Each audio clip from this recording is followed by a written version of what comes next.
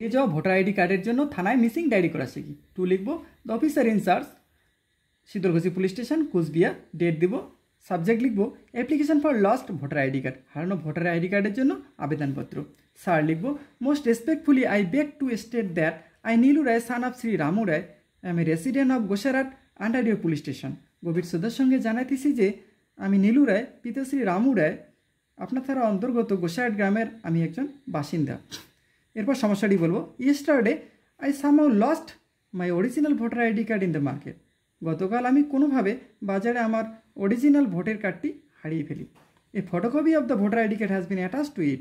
Voter কার্ডের একটি xerox এখানে জুড়ে দেওয়া রয়েছে।